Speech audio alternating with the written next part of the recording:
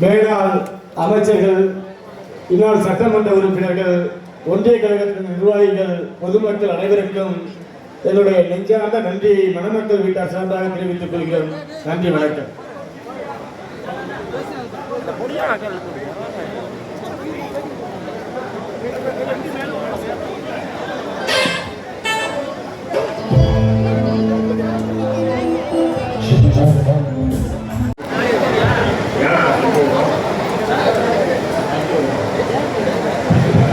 இன்னைக்கு இந்த காட்சி தான் தமிழ்நாட்டில் ஒரு மாசமாக ரிப்பீட் மோட்ல தினமும் இது ஒரு செய்தியாக வந்துட்டு இருக்கிறது.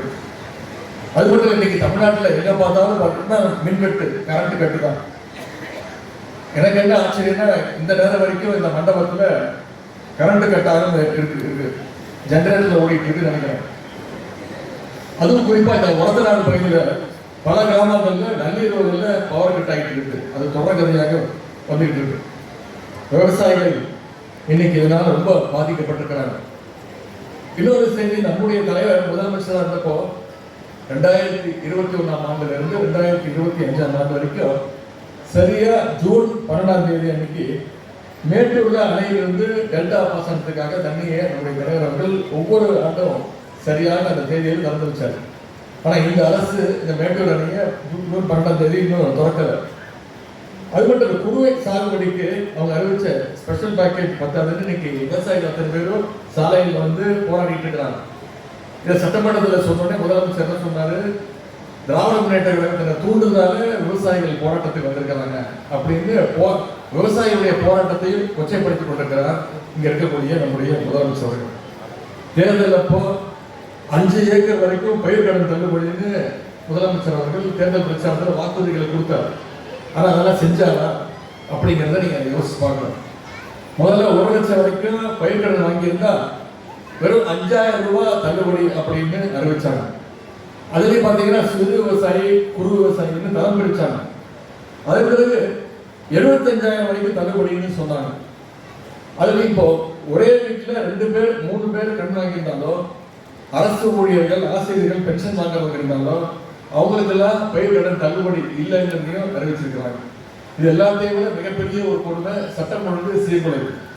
இன்னைக்கு தமிழ்நாட்டுடைய சட்டம் ஒழுங்கு எந்த அளவில் இருக்குன்னு உங்களுக்கு தெரியும். ஒரு அதல மாகாணத்தில் படுகொலையில் இன்னைக்கு இந்த ஆட்சியாளர்கள் தங்கியிருக்கிறாங்க. இதையெல்லாம் கழகம் சார்பாக சட்டமன்றத்தில் நாங்கெல்லாம் பேசணும். ஆனா அதற்கெல்லாம் பதில் சொல்லக்கூடிய முதலமைச்சர் அதுக்கெல்லாம் பதில் சொல்லாம பார்த்தீங்கன்னா ஒரு பதிலும் கிடையாது. ஆளுங்கட்சியினர் சட்டசபையில என்னென்ன கூத்தடிச்சாங்கன்னு நீங்க அத்தனை பேர் தொலைக்காட்சியில பார்த்துருப்பீங்க. எங்களுக்கெல்லாம் ஒரு சந்தேகம், இது சட்டமன்றமா இல்ல சினிமா தியேட்டரா இல்ல ஏதாவது ஒரு ஷூட்டிங் ஸ்பாட்டுக்கு வந்துட்டோமான்னு கேட்கிற அளவுக்கு இன்னைக்கு சட்டமன்றத்துடைய தரத்தையே நம்முடைய ஆளுங்கட்சியினர் குறைத்துக் கொண்டிருக்கிறார்கள். ஆனா எதற்கு எடுத்தாலும் திமுக தான் காரணம் அப்படிங்கிறத ரெடிமேட் பதிலாக இன்றைய ஆட்சியாளர்கள் வச்சிருக்கிறாங்க. நம்முடைய தலைவர் செஞ்ச பணிகளால நல்லது நடந்தா அதற்கும் சேர்ந்து இந்த ஆட்சியாளர்கள் இன்னைக்கு ஸ்டிக்கர் ஓட்டிட்டு இருக்கிறாங்க. அதுவே ஏதாவது பிரச்சனைனா திமுக தான் காரணம் அப்படிங்கிற ரெடிமேட் பதிலையும் கொடுத்துட்டு இருக்கிறாங்க. அது மட்டும் இல்ல, நம்முடைய தலைவரை சிறுவப்படுத்துற அப்படிங்கிற நோக்கத்தோடு அப்படிங்கிற பெயர்ல நம்முடைய தலைவரை முதலமைச்சர் தேடிக்கொண்டிருக்கிறார் என்றும் சட்டமன்றத்தில் பேசினார். நம்ம தலைவர் என்னைக்கும் தேடி கண்டுபிடிக்கிற இடத்துல இருந்து நம்முடைய தலைவருக்கு இருந்ததே கிடையாது. விசா டைம்ல தலைவரை தேடி போலீஸ் கோபாலபுரம் இல்லத்திற்கு அவரை கைது செய்வதற்கு அன்னைக்கு வந்தாங்க. அப்போ கலைஞர் அவர்கள் சொன்ன பதில், என்னுடைய மகன் கழக நிகழ்ச்சிக்காக வெளியூர் போயிருக்காரு, வந்ததும் நானே உங்கள்கிட்ட அனுப்பி வைக்கிறேன்னு சொன்னவர் தான் டாக்டர் கலைஞர் அவர்கள். கலைஞர் சொன்னபடி கழக பணி முடிஞ்சு வந்த நம்முடைய தலைவரை உடனடியாக காவல் நிலையத்துக்கு அனுப்பி வச்சார். இன்னைக்கு மகளிர் உரிமை திட்டத்தின் மூலமாக, புதுமை பெண் திட்டம், தமிழ் புதல்வர் திட்டம் மூலமாக, நான் முதல்வர் திட்டங்கள் மூலமாக இன்னைக்கு எங்களுடைய தலைவர், நம்முடைய தலைவர் தமிழ்நாடு முழுக்க இருக்கிறார், எங்கும் நிறைஞ்சிருக்கிறார் நம்முடைய தலைவர் அவர்கள். தினமும் மக்களோடு மக்களாக இருக்கக்கூடியவர் நம்முடைய தலைவர் அவர்கள். மக்களுடைய இதயங்களில் இருக்கக்கூடியவர் நம்முடைய தலைவர் அவர்கள். ஆனா அதே நேரத்தில் சென்னையில் இருக்கக்கூடிய நம்முடைய முதலமைச்சருடைய தொகுதி, பெரம்பூர் தொகுதி மக்கள் என்ன தெரியுமா சொல்றாங்க, நாங்கெல்லாம் தெரியாம ஒருத்தரை தெரியாதனமா ஜெயிக்க வச்சுட்டோமே, அவர் எங்க போனாரு யாராவது பார்த்தீங்களான்னு கேட்கிற அளவுக்கு இன்னைக்கு பெரம்பூர் சட்டமன்ற தொகுதி மக்கள் புலம்பிட்டு இருக்கிறாங்க. இந்த ஆட்சியில ஒட்டுமொத்த தமிழ்நாடும் யாரை தேடிட்டு இருக்கு? மின்சாரத்தை தேடிட்டு இருக்கு. போன 5 வருஷம் நல்லா இருந்த சட்டம் ஒழுங்க இன்னைக்கு மக்கள் தேடிட்டு இருக்கிறாங்க. ஆகவே கிண்டல் பண்றதா நினைச்சு முதலமைச்சர் அவரே இன்னைக்கு எக்ஸ்போஸ் பண்ண ஆரம்பிச்சிருக்கிறாரு. இன்னும் அவர் சட்டமன்றத்துல டான்ஸ் மட்டும் தான் ஆடல, அடுத்த கூட்டத்தொடரில் நிச்சயம் ஒரு டான்ஸ் பெர்ஃபார்மன்ஸும் இருக்குங்கிறது எங்களுடைய எதிர்பார்ப்பு. ஆகவே இன்னைக்கு தமிழ்நாடு இவ்வளவு பெரிய ஒரு பேரிடர்ல மாட்டிக்கிட்டு இருக்கு. இந்த பேரிடரிலிருந்து தமிழ்நாட்டை மீட்க வேண்டியது நம்முடைய பொறுப்பு, உடன்பிறப்பாகிய நம்முடைய பொறுப்பு. அதற்காக நாம் அனைவரும் வருங்காலத்துல ஒற்றுமையோடு உழைக்க வேண்டும். நாம பார்க்காத வெற்றியும் கிடையாது, நாம பார்க்காத தோல்வியும் கிடையாது. கட்சியையும் தலைவரையும் மனசில் வச்சு நம்முடைய பணிகளை எல்லாம் நாம் வகுத்துக் கொள்ள வேண்டும். இந்த நேரத்தில் மணமக்களுக்கு அனைவரின் சார்பாக ஒரு வேண்டுகோள், நீங்க ஒற்றுமையோடு இருக்க வேண்டும். விட்டுக் கொடுக்கக்கூடிய விஷயங்களுக்கு விட்டுக் கொடுத்து, அதே நேரத்தில் சுயமரியாதை எந்த நேரத்தில் விட்டுக் கொடுக்காம உங்களுடைய வாழ்க்கையை நீங்கள் அமைத்துக் கொள்ள வேண்டும். உங்களுக்கு பிறக்கக்கூடிய குழந்தைக்கு அழகிய ஒரு தமிழ் பெயரை நீங்கள் சூட்ட வேண்டும் என்று கூறிக்கொண்டு இந்த வாய்ப்புக்கு நன்றி கூறி மணமக்களுக்கு உங்கள் அனைவரின் சார்பாக மீண்டும் என்னுடைய வாழ்த்துக்களை கூறி விடைபெறுகின்றேன். நன்றி, வணக்கம். கழகத்துடைய மூத்த முன்னோடிகளே, மணமக்களுடைய பெற்றோர்களே, அவருடைய உற்றார் உறவினர்களே, நண்பர்களே, முத்தமிழர் டாக்டர் கலைஞருடைய உயிரினும் மேலான அன்பு உடன்பிறப்புகளே, அத்தனை பேருக்கும் முதல்ல அன்பு வணக்கத்தை தெரிவித்துக் கொள்கிறேன். நம்முடைய தஞ்சை மத்திய மாவட்டத்துடைய அயலக அணியினுடைய தலைவர் அண்ணன் முத்தமிழ் செல்வன், திலகவதி ஆகியோருடைய அந்த மகன் தம்பி மலரவன், மறைந்த திரு டி.எஸ். கிருஷ்ணன், அமுதா ஆகியோருடைய அந்த மகன் சகோதரி காவியா அவர்களுடைய திருமணத்தை உங்களுடைய முன்னிலையில் நடத்தி வைப்பதில் மிகுந்த மகிழ்ச்சி அடைகின்றேன். இந்த திருமணத்தை பொறுத்த வரைக்கும் கழக குடும்பங்களுக்கே உரிய வகையில் ஒரு சிறப்பான சுயமரியாதை திருமணமாக இங்கே நடந்து கொண்டிருக்கிறது. இன்னும் சொல்ல போனால் இது வெறும் திருமண விழாவா அல்லது கழக நிகழ்ச்சியா என்று கேட்கின்ற அளவுக்கு பொறுத்த நாடு முழுக்க இன்றைக்கு கருப்பு சிவப்பு படி எல்லா இடத்திலையும் பறந்து கொண்டிருக்கிறது. அதற்கு காரணம் அண்ணன் முத்தமிழ் செல்வனை பொறுத்த வரைக்கும் கழகத்தின் மீதும் தலைவர் அவர்கள் மீதும் கலைஞர் அவர்கள் மீதும் என் மீதும் மிகுந்த பாசம் கொண்டவர் தான் அண்ணன் முத்தமிழ் செல்வன். அவருடைய திருமணத்தை மறைந்த முன்னாள் அமைச்சர் ஐயா கோசிமணி அவர்கள் தான் நடத்தி வைத்தார். அண்ணனுடைய மூத்த மகனுக்கு நம்முடைய முத்தமிழ் கலைஞர் அவர்கள் தான் கதிரவன் அப்படின்னு பெயர் சூட்டியிருக்கிறார். இன்னும் சொல்லப்பா இந்த திருமண மண்டபம் கூட அண்ணனுடையது என்று சொன்னார்கள். இந்த திருமண மண்டபத்தில் இந்த பகுதியில் நடக்கக்கூடிய அனைத்து கழக நிகழ்ச்சிகளும் இந்த திருமண மண்டபத்தில் தான் அண்ணனுடைய உதவியால, முத்தமிழ் செல்வனுடைய உதவியால இங்கே தொடர்ந்து நடந்து கொண்டிருக்கிறது. ஆகவே இப்படிப்பட்ட கழக குடும்பத்தின் திருமணத்தை நடத்தி வைக்கிறதுல மிகுந்த பெருமை அடைகின்றேன், மகிழ்ச்சி அடைகின்றேன். மணமக்கள் 2 பேரும் வழக்கறிஞர்களாக இருக்கிறாங்க. ரொம்ப மகிழ்ச்சி என்னன்னா, இன்னைக்கு கழகத்திற்கு இந்த நேரத்தில் நிறைய வழக்கறிஞர்கள் தேவைப்படுவாங்க. ஏன்னா உங்களுக்கு தெரியும், இன்னைக்கு அமைந்திருக்கக்கூடிய இந்த சோஃபா மாடல் ஆட்சியுடைய ஓலி பிம்பம் கடந்த 1 மாசத்துல அடித்து துவைக்கப்பட்டு நொறுங்கி கிடக்கிறது. ஒவ்வொரு நாளும் இந்த ஆட்சியுடைய அவலங்கள் மக்கள் புரிஞ்சுக்கிட்டு இருக்கிறாங்க. இன்னைக்கு இந்த அரசுடைய தவறுகளை, சறுக்குகளை எல்லாம் இன்றைக்கு இருக்கக்கூடிய இளைஞர்கள் தட்டி கேட்க ஆரம்பிச்சிருக்கிறாங்க. ஆனால் அப்படி தட்டி கேட்கிற இளைஞர்களை, நம்முடைய கழகத்தினரை கைது செய்கிற வேலையை இன்னைக்கு இந்த அரசு, சோஃபா மாடல் அரசு இன்னைக்கு ஆரம்பிச்சிருக்கிறாங்க. ஆகவே இது போன்ற அடக்குமுறைகளை எதிர்கொள்ள நிச்சயம் நமக்கு நிறைய வழக்கறிஞர்கள் தேவை. அந்த வகையில் இந்த மேடையிலே நமக்கு 2 வழக்கறிஞர்கள், அதுவும் ஜோடியான வழக்கறிஞர்கள் நம்முடைய இயக்கத்திற்கு கிடைச்சிருக்கிறாங்க. தூய சக்தின்னு சொன்னவங்க ஆட்சிக்கு வந்தது என்ன பண்ணாங்கன்னு நீங்க அத்தனை பேர் தொலைக்காட்சியில் பார்த்துருப்பீங்க. ஆட்சிக்கு வந்து 5வது வருஷமே குதிரை பேரத்தை ஆரம்பிச்சாங்க. பிற கட்சிகளுக்கு முதல்ல சோஃபா போவோம், சோஃபாவுக்கு பின்னாடியே நம்முடைய முதலமைச்சர் திறந்துக்கிட்டே போவார், சோஃபாவை திறந்துக்கிட்டே போவார்.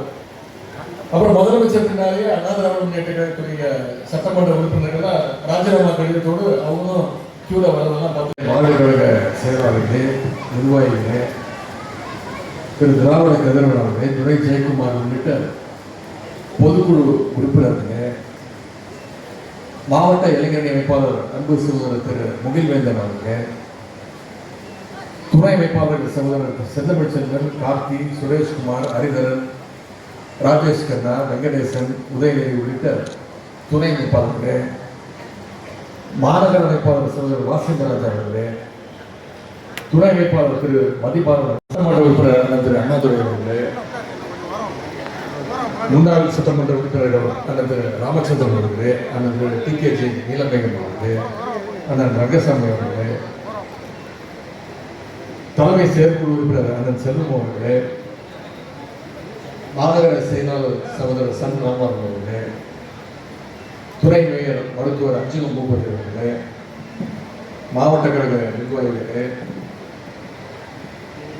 திராவிடர் கழக மாநில ஒருங்கிணைப்பாளர்கள் அண்ணன் திரு குணசேகரன் அவர்களே, அண்ணன் திரு ஜெயக்குமார் அவர்களே, ஒன்றிய கழக செயலாளர்கள் அண்ணன் அருளானந்தசாமி அவர்களே, அண்ணன் செல்வராஜ் அவர்களே, அண்ணன் முருகையன் அவர்களே, சகோதரர் ரமேஷ்குமார் அவர்களே, சகோதரர் கார்த்திகேயன் அவர்களே, பேரூர் கழக செயலாளர்கள் சகோதரர் கிருஷ்ணகுமார் ஏனென்றால் அவர்கள் விலகுகிற போது எங்களிடத்திலே சொன்ன சொற்கள் எல்லாம் இன்னும் எங்கள் மனதில் ஆழமாக பதிந்திருக்கிறது. இருந்தாலும் அவைகளெல்லாம் ஒரு புறத்தில் இதயத்தில் ஏந்தி கொண்டுதான் உங்களை 20 ஆண்டு காலம் 30 ஆண்டு காலம் சுமந்தோம். பொறுப்பாளர்களே, மாநிலங்களைச் சேர்ந்த சகோதரிகளே, உட்கார் உறவினர்களே, நண்பர்களே, எல்லாரும் நல்லாட்சியை மக்கள் ஒரு சிறப்போடும் தனியாட்சி உதயசூரியனை மேகம் அணைத்திருக்கும், மேகம் புதிய சீக்கிரத்தில் விலகும், மீண்டும் தமிழ்நாட்டில் உதயசூரியன் உதிக்கும். ஏனென்றால் தமிழ் மக்களுடைய வாழ்க்கைக்கு இந்த 5 ஆண்டு காலத்தில் கடுமையான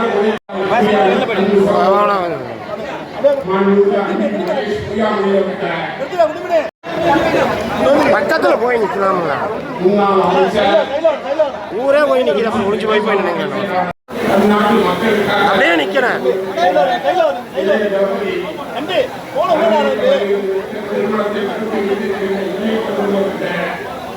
மற்றும் இங்கே வரவேற்புரையாற்றிய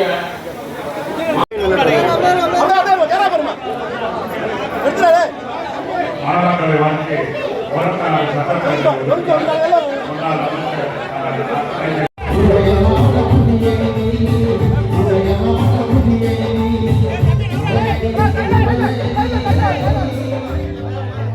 அப்படியே அமுதா அப்படியே அப்படியே முன்னாடி வாங்க.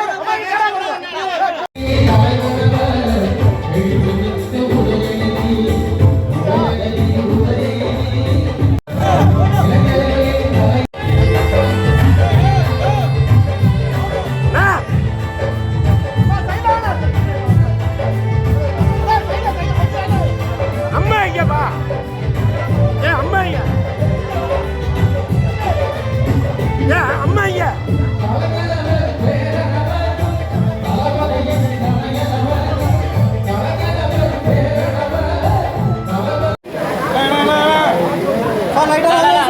அரவிந்த் இங்க கூடப்பா சொல்ல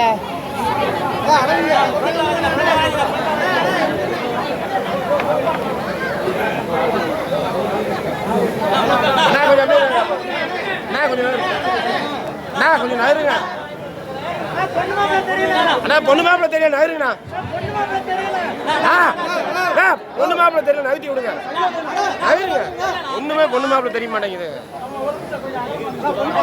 அண்ணா, பொண்ணு மாப்பிள்ளையே தெரியல, கொஞ்சம் நகருங்கண்ணா. நகலமா இல்லைங்க, நீங்களே வந்து நின்றுட்டீங்களா.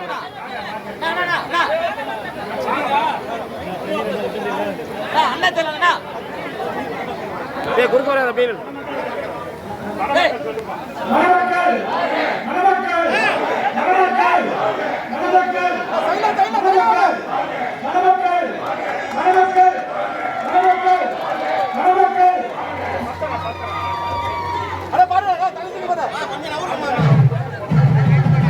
அம்புதா சார், அங்க போக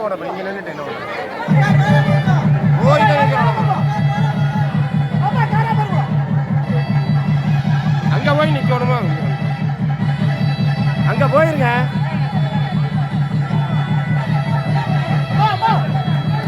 ஒண்ணம்மா அங்க போகணும் போங்க.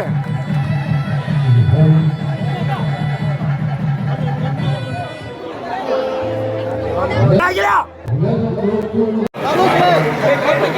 ஐயப்பன் கமலம் அவருடைய மகனுடைய தெய்வத்திற்கு தம்பி அகில நகர் கொஞ்சம் தள்ளி திருமணத்தை நம்முடைய அதை கூப்பிடா பழனி பழனி பழனி